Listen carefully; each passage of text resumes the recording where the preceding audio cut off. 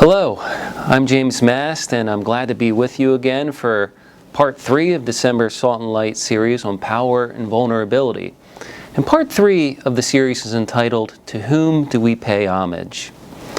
And in this section, we are asked to take a closer look at the Matthew's account of the birth of Jesus. In particular, those verses having to do with the wise men. Yes, those astrologically gifted Eastern gentlemen who followed a star and their intuitions a great distance, eventually becoming among the first to honor Jesus with their gifts and their presence.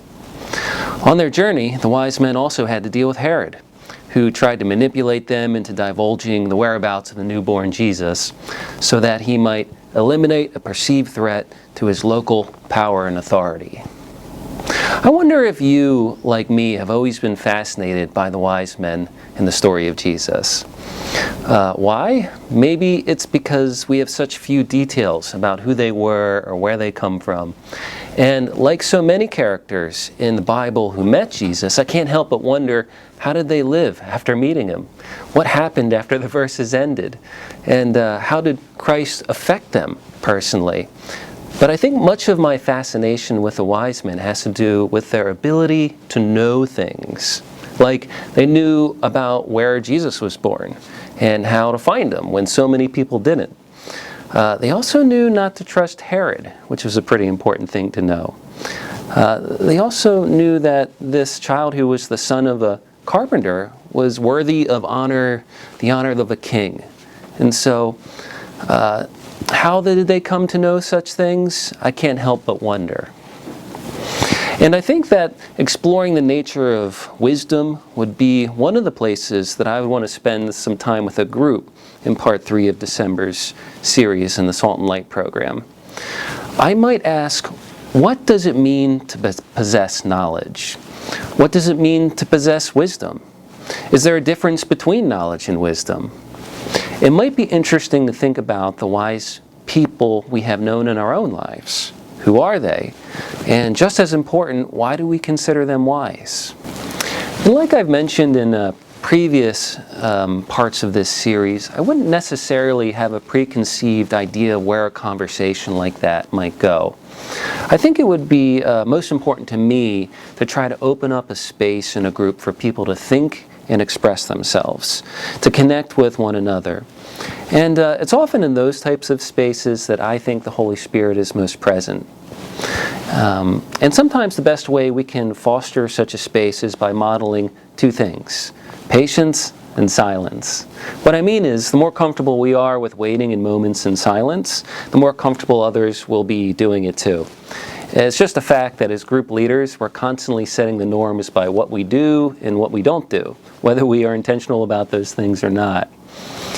Something else I might do in a discussion like this would be to define what it means to pay homage to someone. It's kind of a medieval sounding term, and it deserves clarification. Paying homage pretty much means to give someone a special honor publicly. And I might suggest to the group that there's many ways in which we can pay homage to others. For example, when we name a person as being wise in a group situation, we are also paying them homage, publicly crediting them with wisdom, you might say.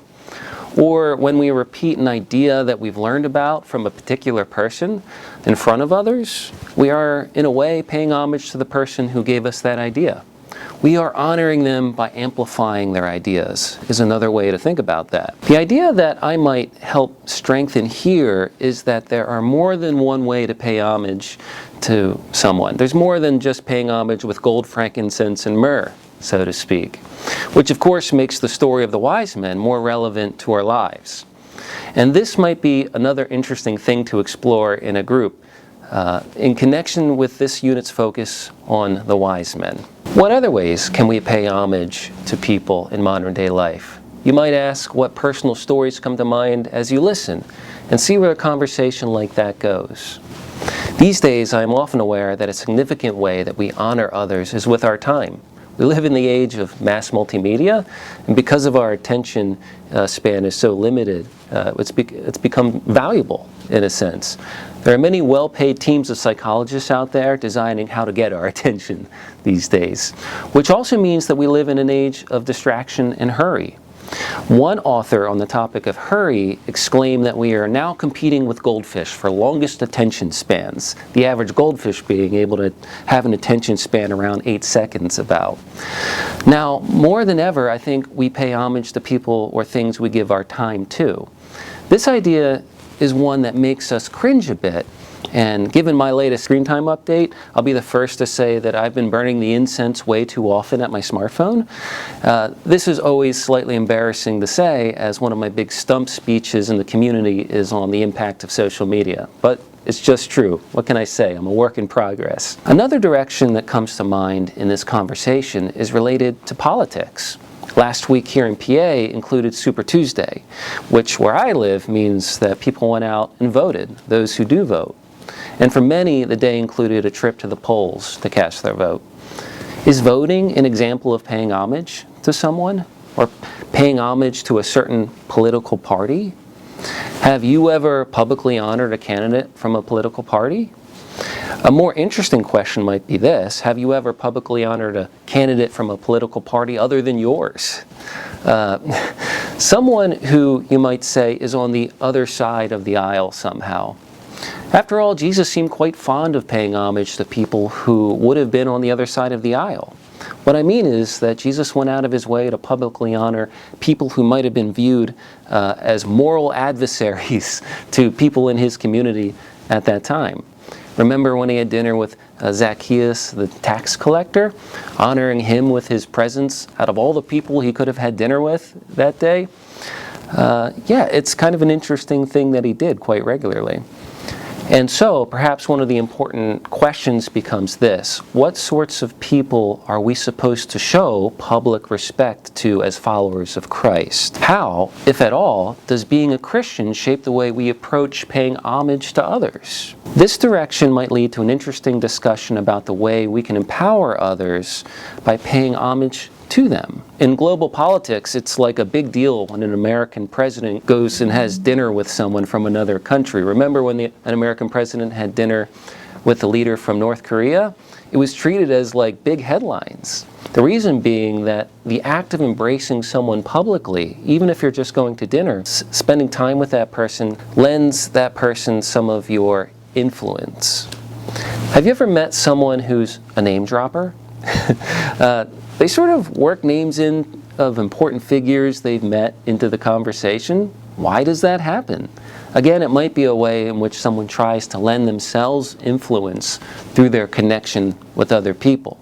But I think name droppers are often met with annoyance because in general it doesn't work as effectively to pay homage to yourself, like I know a lot of people. It's really something that must be given and received from someone outside of yourself. So the idea that paying homage can be a way to empower someone is interesting.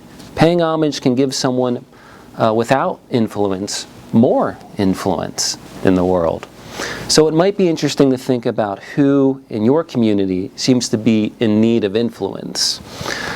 Who has the least influence, you might ask? Is anyone vulnerable and they're in need of a power boost in a way? And if the answer is yes to that question, how can you pay those persons homage as a way to help them? Okay, well, thank you for listening again. If you've gotten to the end of this video, I feel honored, and thank you for that. And I promise that I'll try to pass along the influence you've given me by your attention in ethical ways. So see you next time.